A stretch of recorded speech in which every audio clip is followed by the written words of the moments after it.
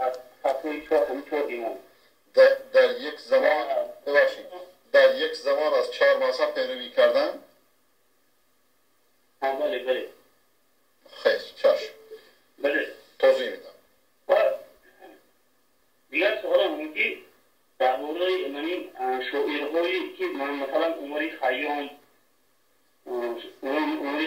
و بله باید رومی، جلال‌الدین رومی، بله همچنین شخصان چگونه شخصان هستن درباره همین توضیح میکنم.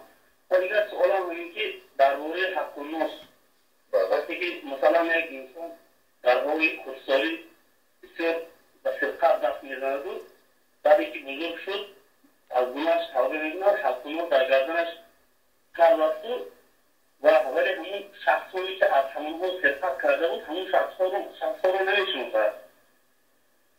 باید چیکار کند که همون حق و ناس رو ادا کند؟ چشم. و من مثلا برای مسجد خیر کنم که برای یکون کار خیر کنم و ثوابش برای همه بخشد. چشم توضیح میدم. دیگر شبکه مثلا شبکه ایثار حق و کریمه و نور در کدام مملکت جایگیر هستم من بسیار برای خودم سوال میکنم نمیفهمم. چشم توضیح میدم. دیگر سوال دارم اما نمیخواهم که حرمت الله به معنای حرمت به معنای عزت، به معنای احترام.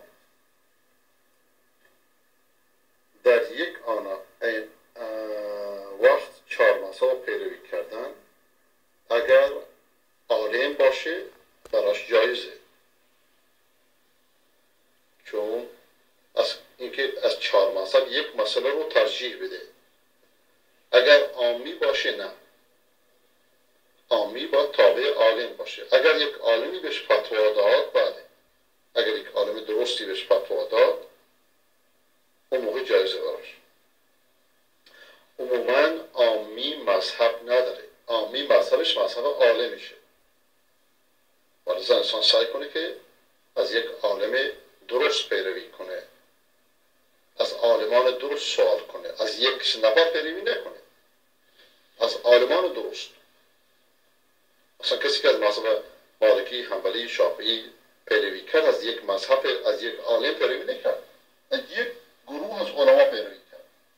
ولی به هر حال فاسألوا اهل الذکر ان کنتم لا تعلمون، چیزی که نمیدونید از علما سوال کنید.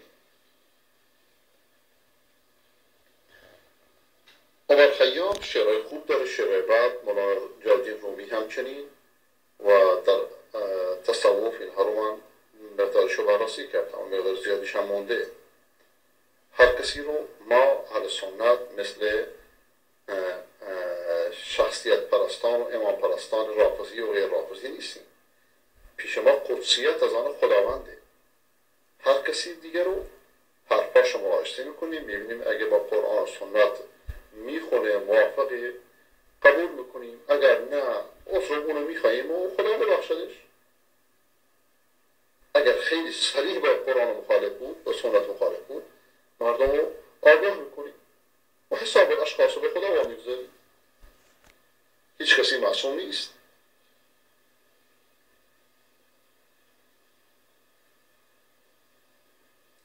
راجع به حق الناس که در بچگی سرقتی کرده اونا رو الان نمیشناسه، میتونه صدقه بده، به مسجد صدقه بده، به بیمارستان، به فقیر، به مسلمان.